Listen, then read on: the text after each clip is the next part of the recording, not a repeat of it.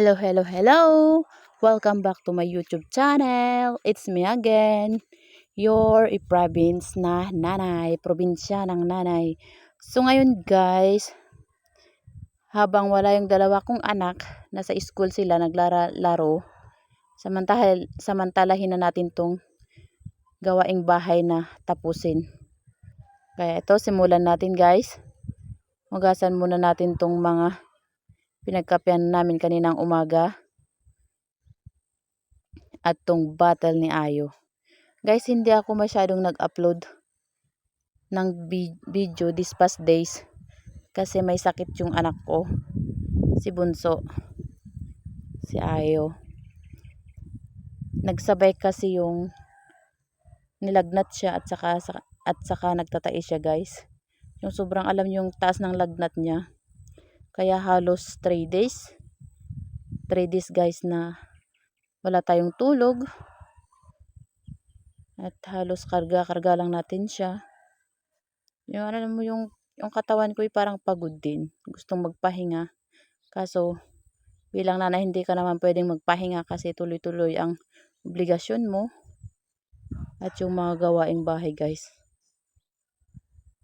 Kaya ngayon lang ulit tayo nakakapaglinis dito sa aming munting tahanan guys kasi medyo okay na yung pakiramdam ni Ayo.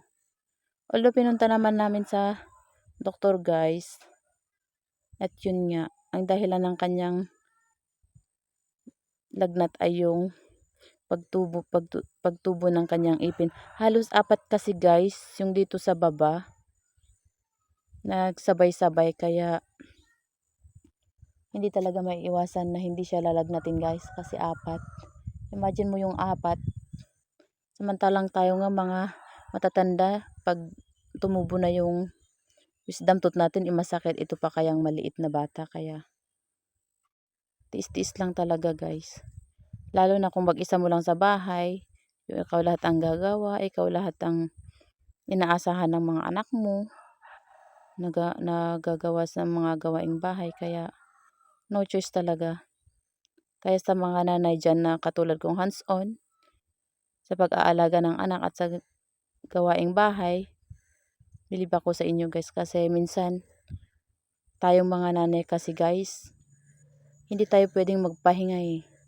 Kahit sabihin mong pagod ka, yung parang lutay na yung katawan mo at gusto mo nang humiga guys, hindi pwede. Kasi may umaasang bata sa iyo eh.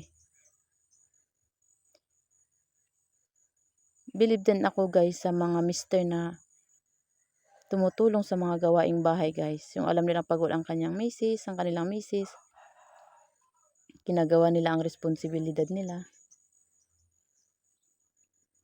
Sabagay guys, yung mga kagaya ko na hindi ko naman kasama yung husband ko eh, wala naman tayong magagawa kundi gampanan natin yung magawain natin sa bahay. Kaya habang naglalaro yung mga anak, busy ang mga nanay, ginagawa yung mga dapat niyang gawin. Ganun guys. Kaya tuloy lang tayo guys. Kahit minsan medyo mahirap, pinasok natin to guys eh. Nanay tayo kaya wala tayong magagawa guys. Kundi gampanan ng ating mga obligasyon.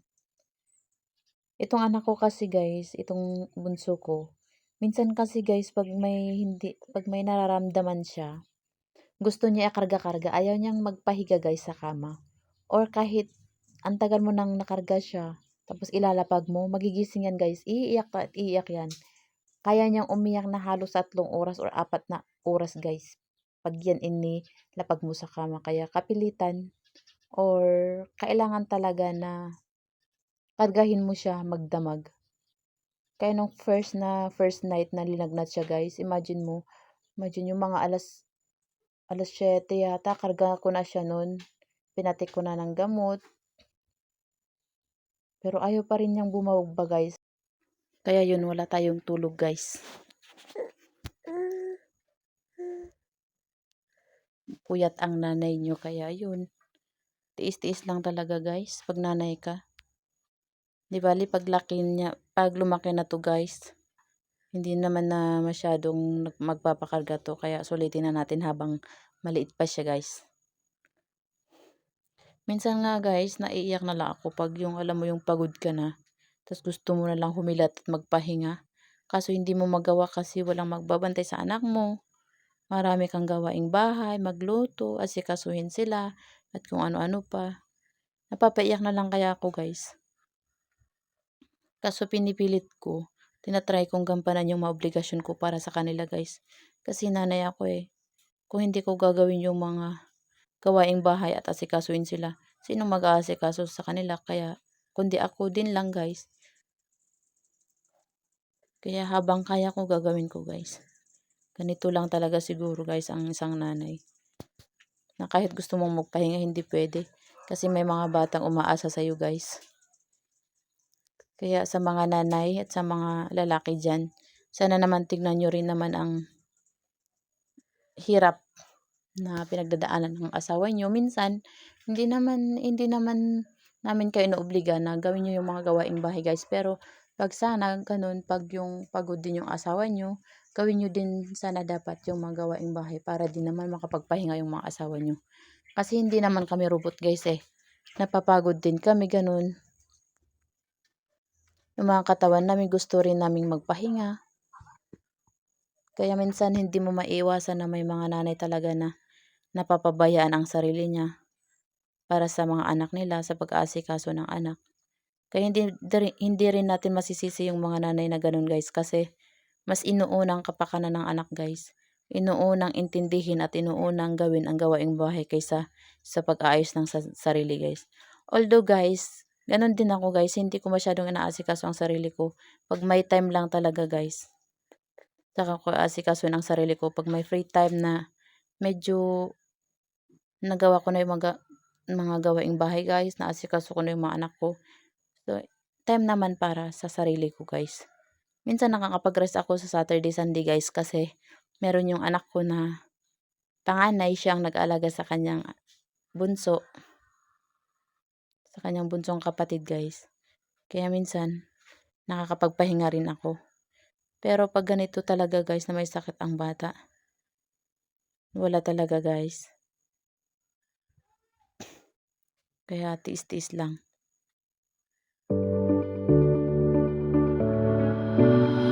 Step to step by walking away. I don't wanna run it, cause I wanted to stay.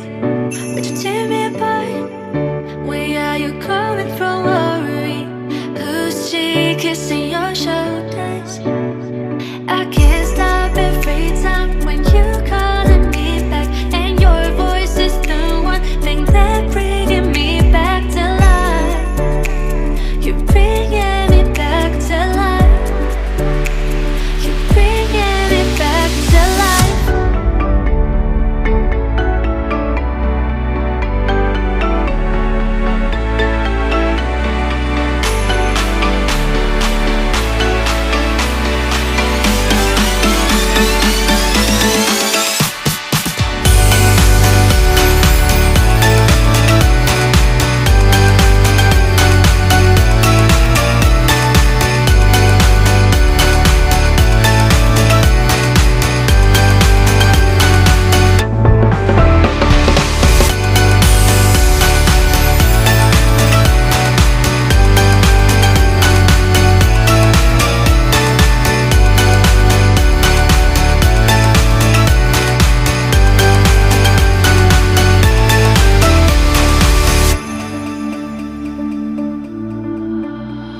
Step to step by walking away. I don't wanna run it, cause I wanted to stay.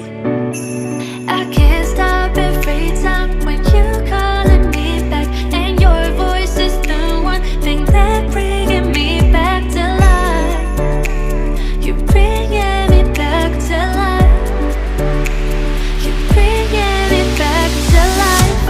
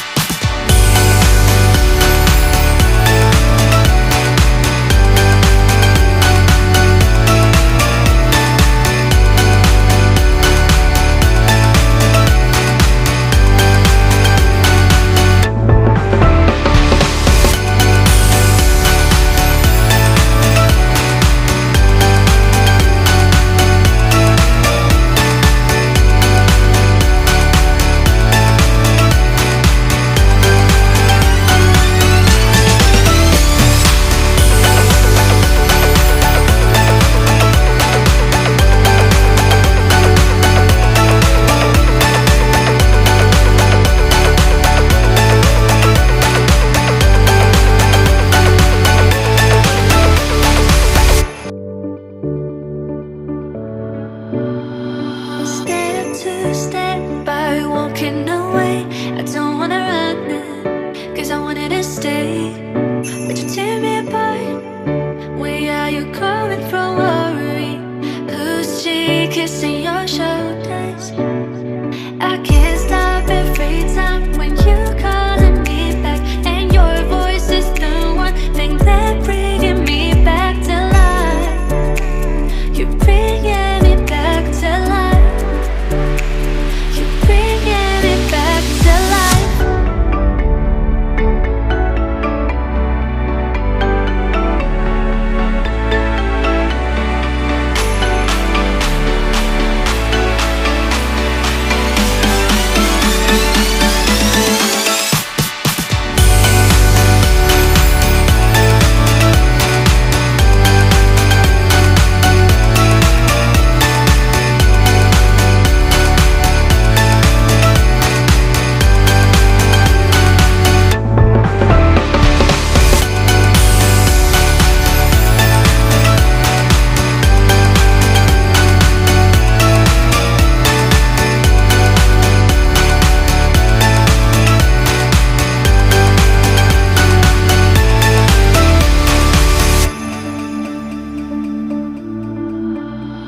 Step to step by walking away. I don't wanna run it, 'cause I wanted to stay. I can't stop every time when you calling me back, and your voice is the one thing that bringing me back to life. You're bringing me back to life. You're bringing me back to life.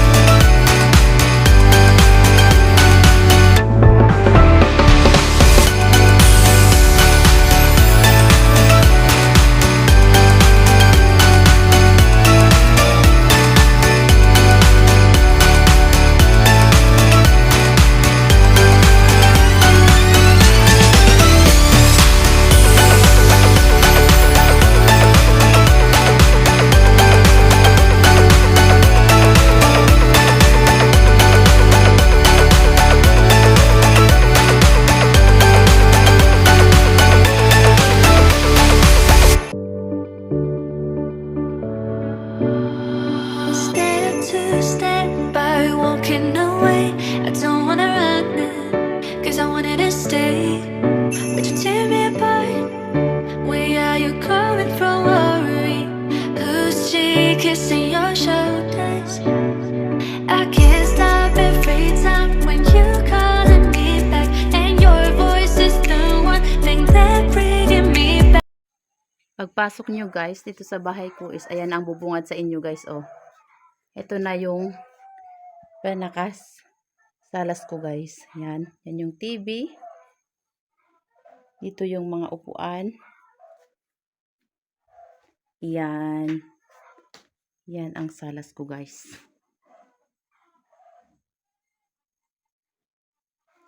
Sa likod ng pintuan guys, dito ko nilalagay yung mga sapatos, payong. Teka, push natin. Yan.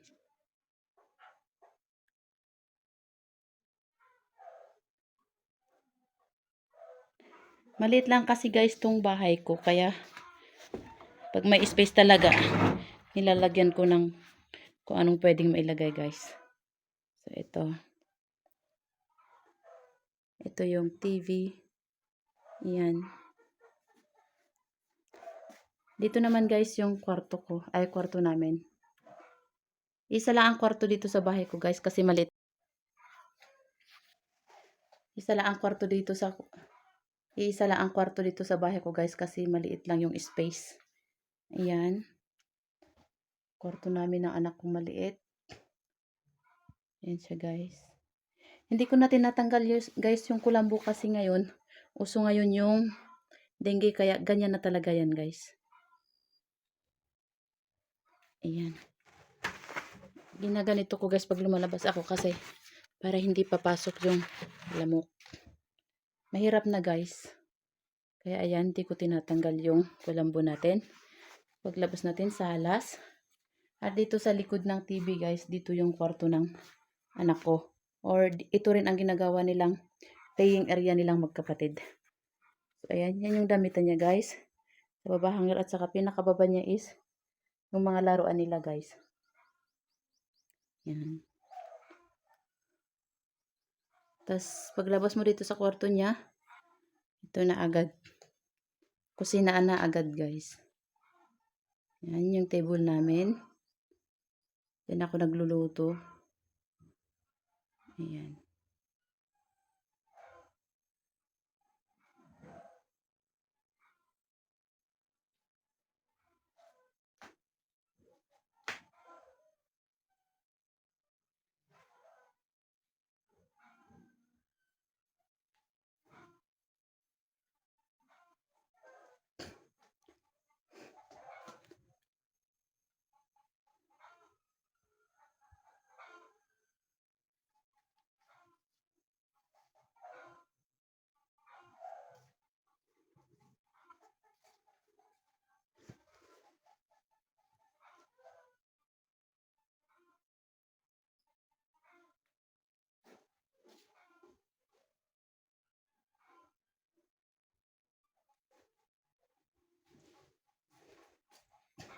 Dito naman yung terrace guys.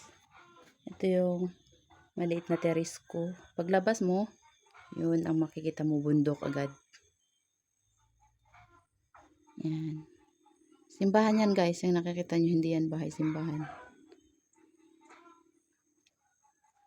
So pag nagluluto ako ng kahoy, dyan.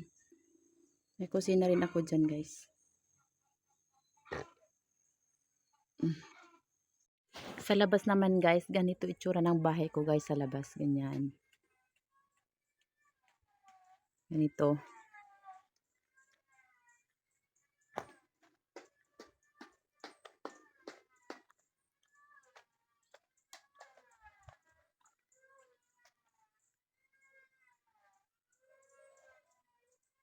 Ganyan guys.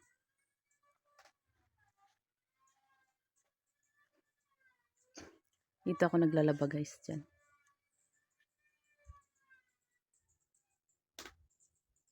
Sa kabila guys, dito. Bahay ito ng parents ko. Ayan. Ayun yung nanay ko. Busy na naman.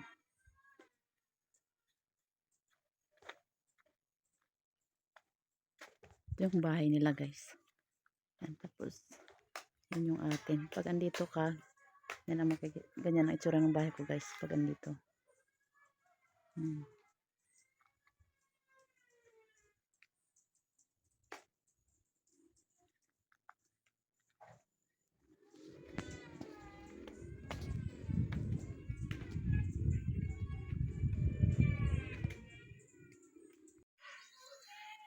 Tapos ayan, yung mga matatanaw nyo dito sa akin guys. Yan. Yan ang matatanaw nyo dito sa bahay ko guys.